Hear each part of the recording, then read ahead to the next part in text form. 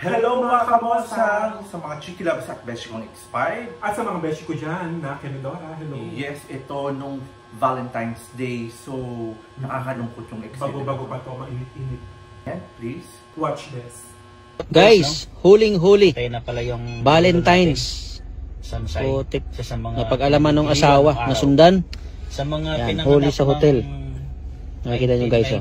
Biglang bumukas, may hawak ng kutsilyo yung lalaki. Patay ka. So, baon agad yung unang saksak doon sa lalaki. Guys. Wala na yun. Tapos asawa naman niya. Yan na, tinira na. Grabe.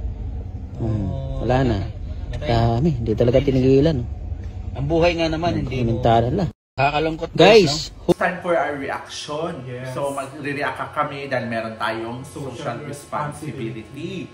So, masasabi ko lang doon, di ba nung una nasarap siya at siya ang sinutok siya. Binabaunan daw. Sa bandang hindi siya pala ang ano. Binaunan ng iba. Hindi po kami masakit-sakit yun. Sa kanyang huli. Hindi po kami nagbubunyitan doon sa gano'n. No? So, kasi nga, yung wording ng lalaki, parang feeling ko tinititikan din, ano? Meron na yan. Natitikan na yan. Nalaman na yan. At nasundan. O saka, imposible asawa, kahit sabihin hindi kayo kasal. Once na you're into relationship, make sure talaga na panghabang buhay na yan bago kayo pumasok lalo pa mag-asawa kayo. Pag hindi kayo makontento, di ba maggamit kayo ng dildo, char? Oo.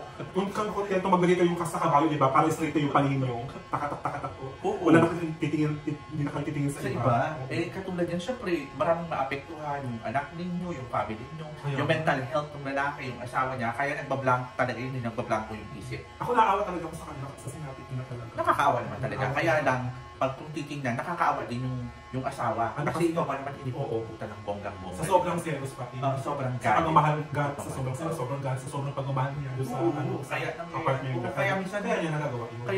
Kaya niya talagang nagawang mablangko yung isip. Di ba no? Lahat naman tayo may flaws. Sa lahat ng magkakarelasyon dyan, lahat po, especially pag matagal-tagal na, parang magtropa-tropa na lang, no? Parang minsan, parang mawawala yung love nyo, yung apoy na.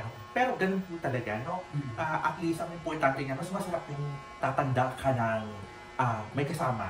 Yung grow old to be with you. Aray ko, pinarinig mo ba akong yan? Medyo. So ikaw, ano masabi mo dyan, Besh, sa ganyan? Para sa'yo, ano yung, maging honest na, maging loyal na lang sa kapartner ninyo. Kasi mahirap kasi yung mga hindi natin masasabi. Satisfied ka sa isa? Satisfied ako sa isa, kung satisfied yun sa akin. Sino ka dyan? Oo nga. Ganun. Oo. Siyempre, gagawin ko naman ang lahat ng aking makakaya, best ko. Para naman maging masaya yung party ko. Sige, big question. Paano pag Jules yung blow up mo? Dick is not matter. Size doesn't matter. Size doesn't matter. Ang sa akin kasi, yung effort mo, kapag binigyan mo ko ng effort, yun yung gusto ko sa isang tao. Yes, ikaw, tatanong kita, anong gusto mo? Size matter. Hindi, para sa akin, wala yan eh. Sinibasi po kasi kami ng jowa ko.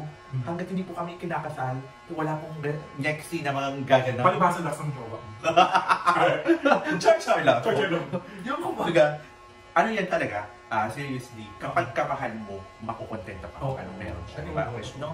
Huwag mong hanapin yung wala siya, ang hanapin mo yung meron siya. Kasi lahat yan, kahit lumipat ka ng ibang upuan. Kumbaga, accept their imperfections. Oo, yung flaws nila, ay accept may imperfections nila. Lahat po ng tao may ganyan, may imperfections sa kami. Unless, ang pangit lang yung sinasaktan ka, wala yun nangyari. Pero hanggat depende kasi. Depende sa sitwasyon. Minsan yung iba din naman, kayo sinasaktan, kaya gagawan nyo rin. Kalandian din, kakatihan din kasi. Ng babae, ng lalaki, ng ukama. So ayun, maging leksyon po yan. Anong best tingin mo? Oo, lesson learned yan para sa lahat ng mga nanonood. Okay po. Na matakot kayo lalo sa karma. Yung karma niya, go to hell na kinis. Totoo. Maaga ka tuloy na na mayapa. So, ayan, bye-bye po sa inyo lahat. Bye.